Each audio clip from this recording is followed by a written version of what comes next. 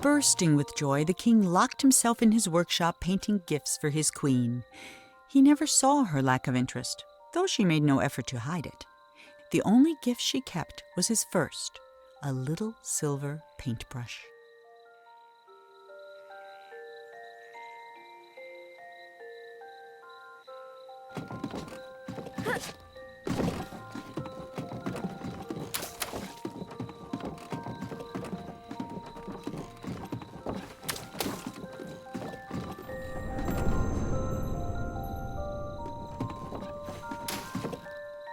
Every day the king painted a new room for the house, and every day he abandoned it as not good enough for his queen. While he slept, the queen spent her nights painting creatures of the forest, though she never finished a single one. 5 months went by before the king noticed she was pregnant.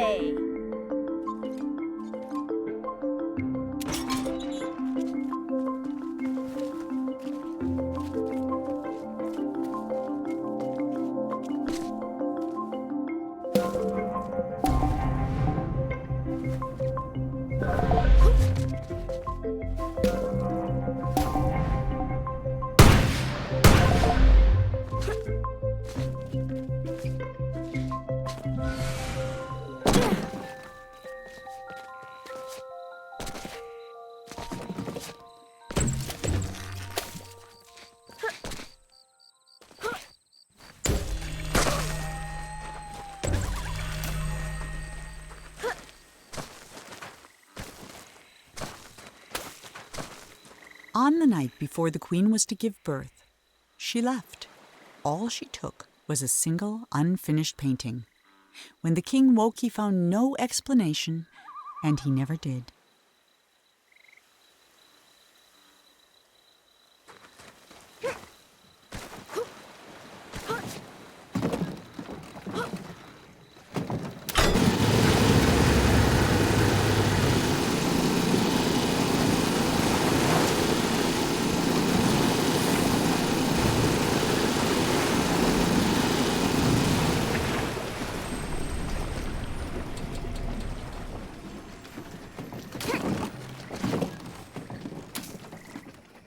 For 9 years, the king didn't paint a thing. Then he had a vision, a colossal monument of himself that would be his legacy for the ages. But he hadn't even finished painting the scale model, which was over 100 feet tall itself, when his powers began to fail.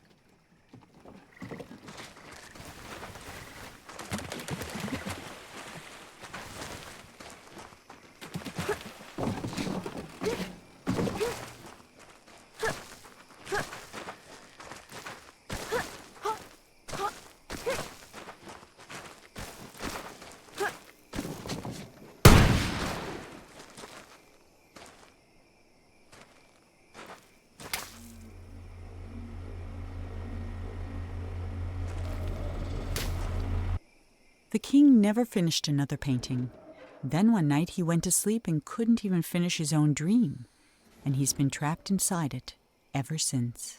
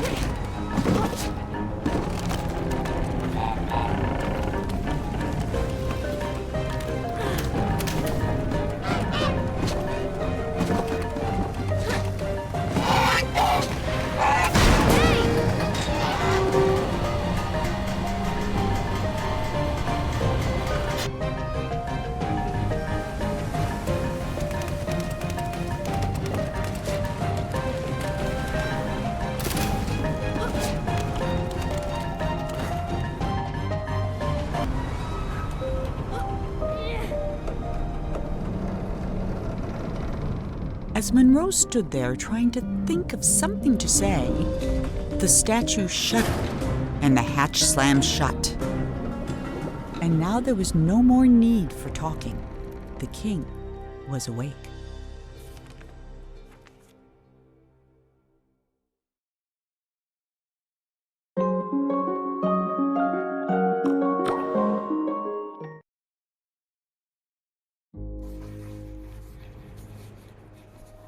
Ah, it's you, the boy from my dream.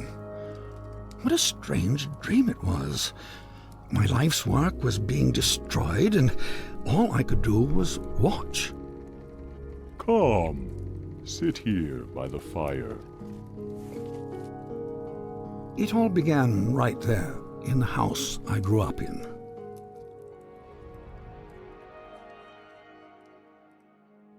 I heard a heavy knocking at the door, just like on the night I left. I opened the door, but there was nothing there, just white space.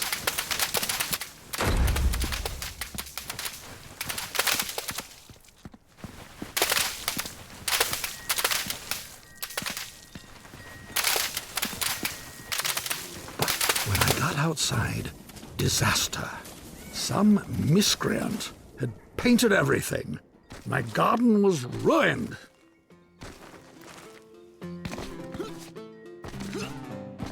And then my statue spoke and said, "Help me! Some little hooligan is running around splattering everything in the garden. I think he's headed for the..." Something got in my mouth. Oh dear.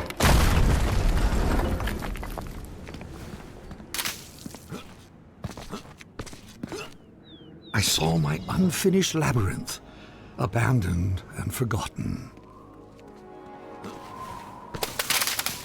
And then the credits appeared. Your dreams have credits? Oh yes, and subtitles.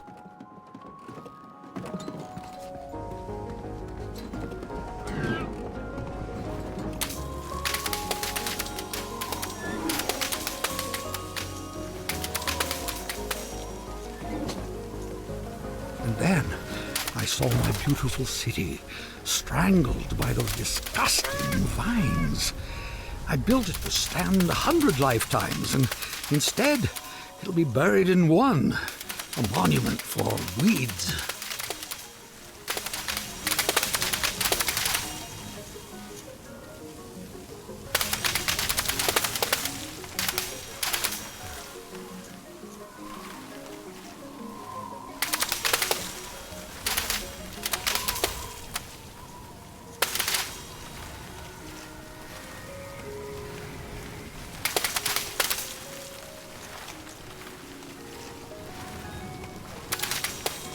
The dining hall was full of people, like the old days. It smelled like roasted goose. For a moment, I was happy. Then suddenly, I was alone again. The world had become cold and dark. I felt my own death rising up around me.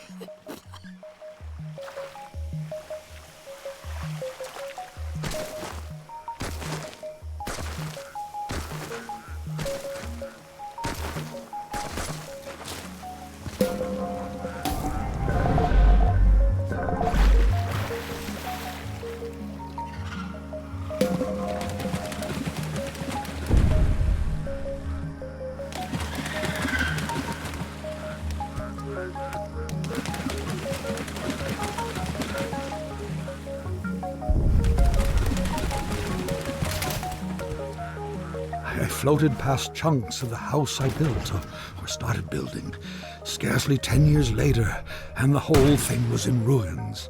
My works were meant to last forever, but most of them will be gone before I am.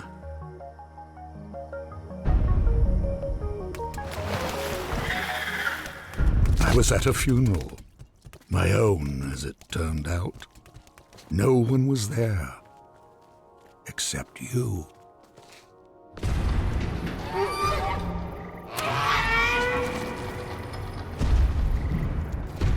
I saw my monument, my last hope of leaving something that would live on after me. And I began to walk towards it, and with each step I took, I got larger. I just kept growing and growing, like a teenager. With a gentle push, my monument crumbled and sank. I saw my life's work laid out in front of me. Soon it would crumble into dust or be painted over by someone who would come after me, the same way I painted over what was here before me.